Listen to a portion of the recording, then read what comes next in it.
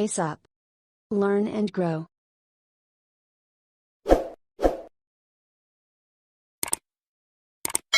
Welcome to our channel Pace Up. आज हम देखने वाले हैं नेक्स्ट अपना important topic theory of behaviourism में से। एक्चुअली में ये बहुत बार पूछा गया है। अभी रिसेंट में जो एमपी टेट के एग्जाम चल रहे थे उसमें भी ये जॉन वॉटसन से रिलेटेड क्वेश्चन पूछा गया है। तो आज हम देखने वाले हैं जॉन वॉटसन की थ्योरी ऑफ बिहेवियरिज्म, जिनको फादर ऑफ बिहेवियरिज्म भी कहा जाता है। इनका कुछ एक एक्सपेरिमेंट रहा जो लिटिल एल्बर्ट पे था, वो भी मैं एक्सप्लेन कर दूंगी क्योंकि कभी कभी उस पे से भी क्वेश्चन आ जाते हैं। तो बिना टाइम वेस्ट किए अपना टॉपिक स्टार्ट करते हैं। लेकिन टॉपिक स्टार्ट करने के पहले अगर आपने चैनल को सब्सक्राइब नहीं किया तो सब्सक्राइब कर लें, ताकि आगे आने वाले वीडियोस आपको हेल्प करते रहें आपके एग्जाम्स के लिए। तो चलिए पहले देखते हैं इनका इंट्रोडक्शन। कौन थे जॉन वॉटसन? 1924 में जॉन वॉटसन ने एक बुक लिखी थी बिहेवियरिज्म पे, 1924 में। और वो जो थे वो खुद ही इन्फ्लुएंस थे आइवन पैवलॉव पे। पैवलॉव की थ्योरी अगर आपने नहीं पढ़ी तो आप मेरे प्लेलिस्ट में जाकर देख सकते हैं, जिन्होंने डॉग पर एक्सपेरिमेंट किया था, जो सलाइवा और उस पर डिपेंड था, स्टिमुलस पे। तो वो आइवन पैवलॉव के वर्क से बहुत ज्यादा इन्फ्लुएंस थे, प्रभावित थे। He experimented on a boy name little Edward who has sphere with a white colour. उन्होंने क्या किया, एक बहुत छोटे से बच्चे पे एक्सपेरिमेंट किया था जिसको सफेद कलर से डर था। अब जो बिहेवियरिस्ट होते हैं वो क्या मानते हैं, उन कुछ चीजों पे ध्यान दे लेते हैं जिससे आपको इनकी जो एक्सपेरिमेंट है वो बहुत अच्छे से समझ में आ जाएगी। Change in behaviour should be visible. Behaviour को चेंज तभी माना जाएगा जब वो दिखाई दे। ठीक है, मान लीजिए आपने किसी चीज पे वर्क करना शुरू किया, मान लीजिए आपने पढ़ना शुरू किया कोई सब्जेक्ट को, तो जब मान लीजिए पहले आपको 25 में से उसमें से 15 नंबर मिले थे, अगली बार उसमें से 25 में से आपको 20 मिले, तो आपने उस पर वर्क किया है और वो वर्क विजिबल है हर तरीके के बिहेवियर में। चाहे आपने अपने आप में चेंज करने की कोशिश की हो या आपने किसी और के ऊपर उसको ट्राई किया हो, तो वो तभी माना जाएगा जब उसमें चेंज दिखाई दे रहा होगा। सेकेंड है, both animal and human can learn. दोनों इंसान और जो जानवर हैं उनको सिखाया जा सकता है। बिहेवियरिस्ट जितने भी हैं उनका ये मानना है। Behaviour can be taught forcefully, डर से, डांट से, मार के।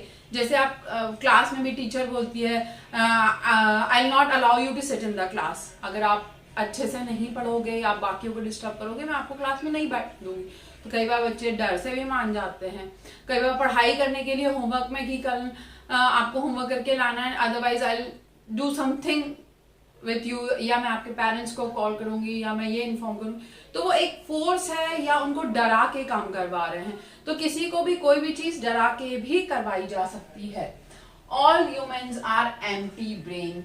ये बहुत बड़ा वॉटसन का स्टेटमेंट भी रहा है कि सारे जो बच्चे हैं, सारे जो इंसान हैं वो खाली दिमाग के होते हैं, एम्प्टी ब्रेन होते हैं। आप मुझे कुछ बच्चे दे दीजिए जो हेल्दी हों फिजिकली एंड मेंटली, और आप जो उनको बोलेंगे मैं वो बना दूंगा। ये वॉटसन का एक बहुत बड़ा स्टेटमेंट था। Watson was an American psychologist also known as the father of behaviourism. ये मैंने आपको पहले ही बता दिया। तो ये 4 पॉइंट है जो बहुत आप इलेबोरेट भी कर सकते हो आप अपना आंसर बढ़ाने के लिए विद एग्जांपल्स दे के। अब इन्होंने एक डेफिनेशन दी थी, वो देख लेते हैं। डेफिनेशन में कोशिश करिए कि आप शब्दों को चेंज ना करें, क्योंकि जो साइंटिस्ट हैं, जो बिहेवियरिस्ट हैं, उन्होंने जो डेफिनेशन दिया हमें वही के वही वर्ड्स लिखना पड़ते हैं। तो ये आपको याद करके ही लिखना है। Behaviourism is the scientific study of human behaviour. Its real goal is to provide the basic of prediction and control of human being. Given the situation, to tell what the human being will do. Given the man in action, to be able to say why he is reacting in that way.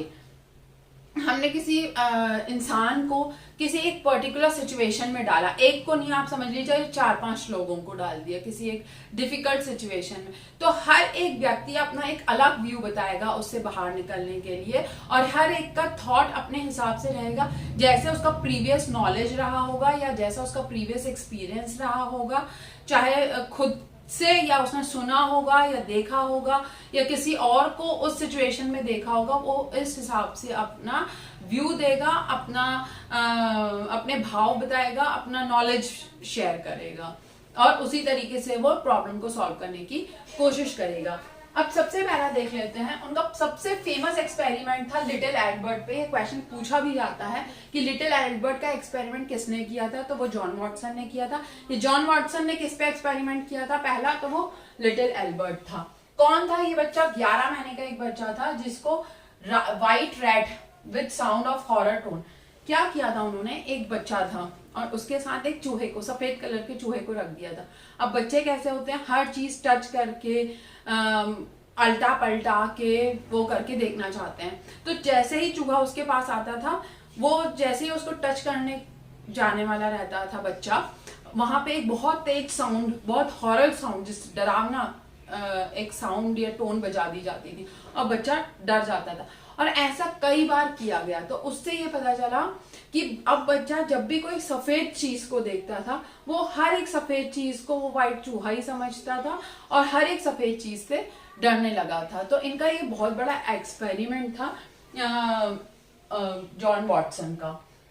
इन्होंने एक statement भी दिया था, give me healthy children I can make them anything, ये मैंने आपको पहले भी बताया है। सेकेंड एक्सपेरिमेंट था अ प्रॉब्लम बॉक्स था।